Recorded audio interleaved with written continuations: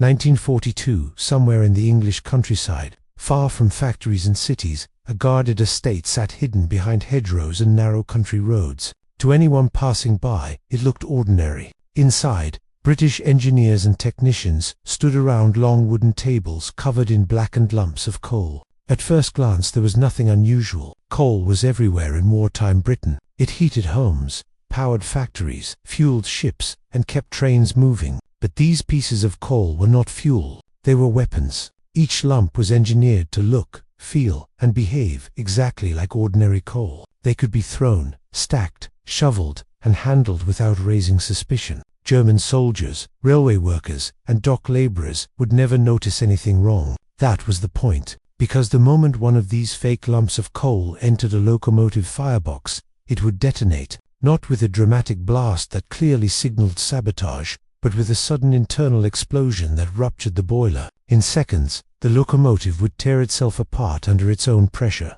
There would be no warning, no obvious signs of interference, just twisted metal and dead crews. German investigators would inspect the wreckage and record the same conclusion again and again. Mechanical failure, poor maintenance, bad. The truth would never appear in any report. This was Special Operations Executive. This was explosive coal, and it was designed to turn Germany's greatest logistical strength into a hidden weakness. To understand why, British intelligence invested time and effort into something as strange as fake coal. It is necessary to understand how Nazi Germany fought its war. By 1941, German forces controlled most of continental Europe, from the Atlantic coast of France to the outskirts of Moscow. Supplying and moving that vast army required logistics on an unprecedented scale. Troops, tanks, artillery, ammunition, food, and fuel moved almost entirely by rail. Road transport consumed petrol Germany could not spare. Railways ran on coal, and coal was abundant. Trains moved day and night across Germany and occupied Europe, feeding factories, power stations, and frontline units. The railway system became the arteries of the Reich, and coal was the blood flowing through them. This dependence created a vulnerability, but exploiting it was not easy. Resistance groups sabotaged tracks, bridges, and signal systems.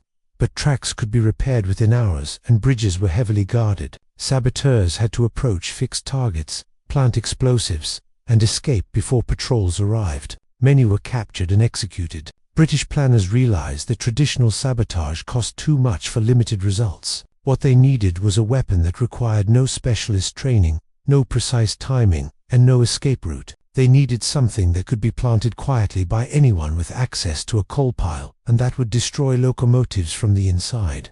Long after the saboteur had disappeared, the answer was not a bigger bomb, but deception.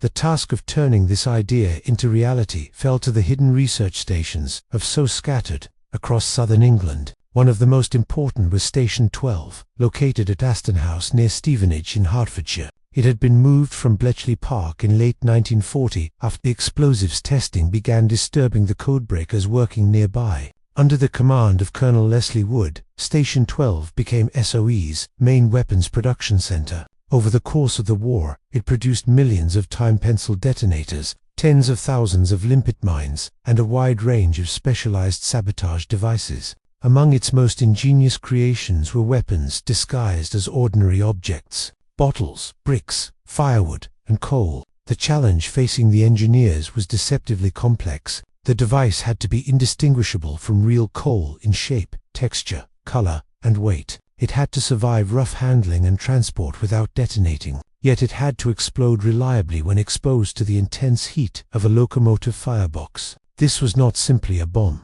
It was an illusion designed to deceive both the eye and the mind. At the heart of the device was a relatively small charge, roughly a quarter-pound of plastic explosive. So favored Nobel 88, a pliable green explosive developed specifically for sabotage operations. It was stable, powerful, and easy to shape. The charge was paired with a detonator and a heat-sensitive ignition system designed to activate only after sustained exposure to high temperatures. On its own, the explosive would cause damage, but the true destructive effect came from the secondary result. Steam locomotives operated under immense pressure. When the explosive ruptured the boiler, that pressure turned the engine into a bomb. Steel plates peeled back, rivets failed, and the locomotive destroyed itself. Early production methods involved drilling cavities into real lumps of coal, inserting the explosive, and sealing the opening with coal dust and adhesive. Arthur Christie, a laboratory assistant at Station 12,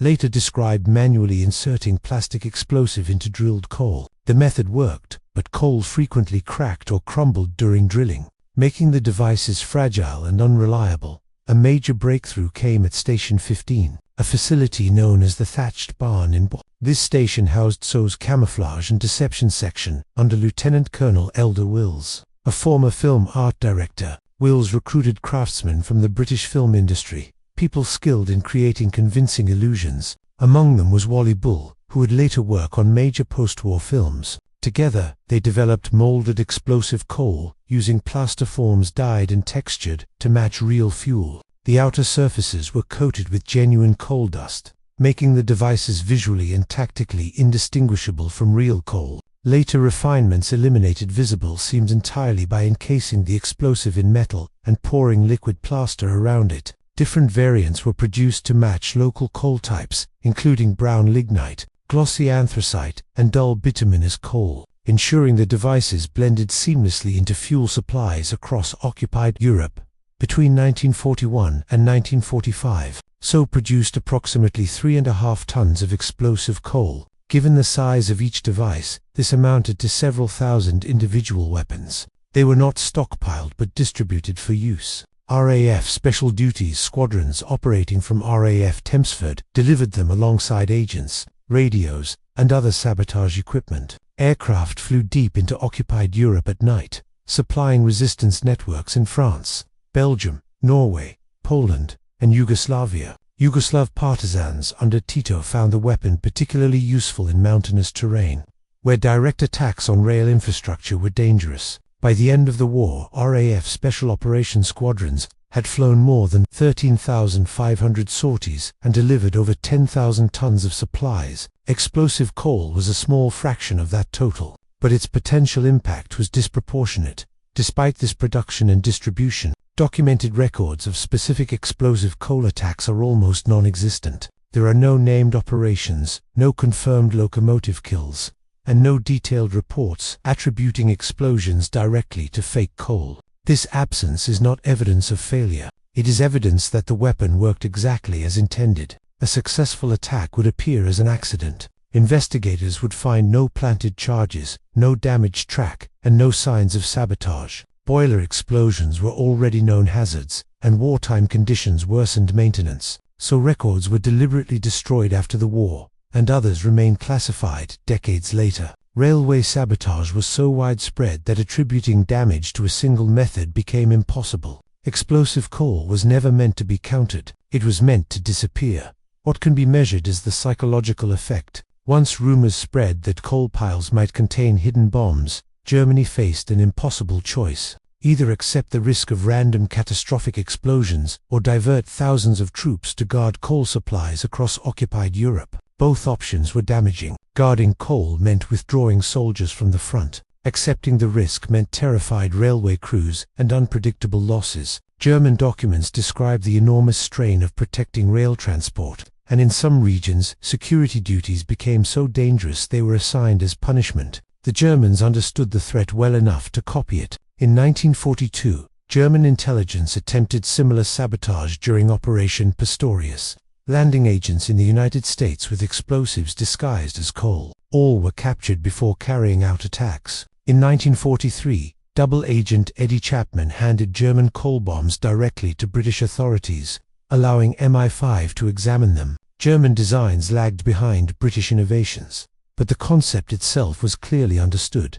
The Americans also recognized the value of the idea. The OSS developed its own version, codenamed Black Joe, and produced camouflage kits to match explosive coal to local fuel types. After the war, the influence of explosive coal extended far beyond railways. Disguised explosives became standard tools of covert warfare, appearing in countless variations in later conflicts. The principles pioneered at SO stations influenced decades of sabotage doctrine. Surviving examples now sit in museums, silent reminders of a weapon designed to leave no trace. In 1942, in a quiet English workshop, British engineers solved a problem others had not even identified. They did not build a larger bomb. They built a better lie. 3.5 tons of explosive coal were manufactured. Thousands of devices were distributed across occupied Europe. An unknown number of locomotives were destroyed in explosions attributed to mechanical fail.